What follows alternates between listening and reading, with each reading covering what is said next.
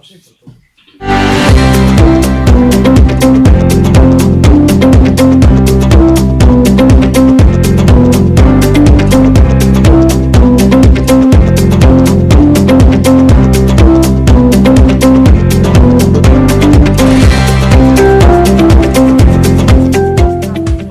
En cualquier lado, ir a Canarias, a Cádiz y topar un disfraz ou ti en cualquier sitio disfrazarte, pero o alto, a nosa comarca é o noso e é realmente máis moi forte.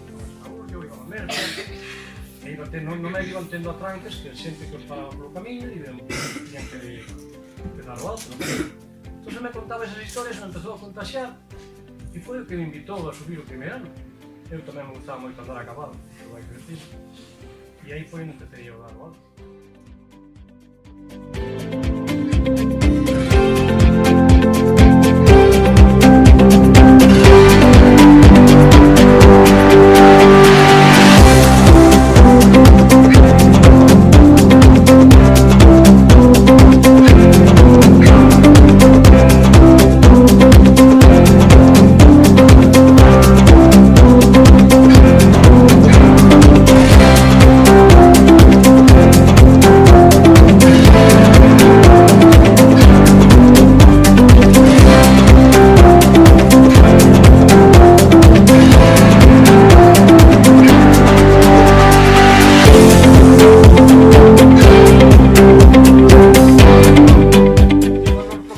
Profesores del Colegio Valenzuela con residencia en Bandera, Concello de Santiso de Mandas.